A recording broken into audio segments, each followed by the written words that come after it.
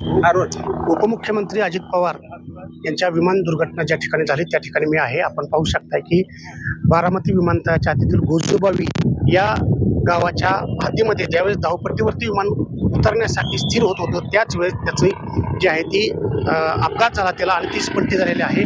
4 स्फोट या ठिकाणी झाले आणि हे विमान आहे ते या ठिकाणी दुर्घटना घडली आणि त्यामध्ये उपमुख्यमंत्री अजित पवारांसह 5 जण बसलेले होते। त्या 5ही जणांचा दुर्दैवी मृत्यू झाला। ही आपण पाहू ठिकाणाहून जे आसपासचे आवाज आल्यानंतर आसपास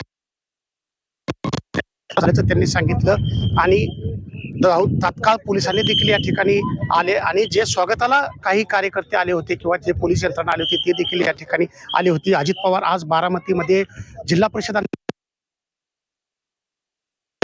त्यांच्या 10 वाजल्यापासून सुरू होणार होत्या आणि आपल्या सर्वांना माहिती आहे की सकाळपासून अजित पवार जे आहेत ते दौऱ्यावर तसेच मुंबईहून या ठिकाणी बारामतीला विमानतळावरती येत असताना ही दुर्दैवी घटना घडलेली आहे।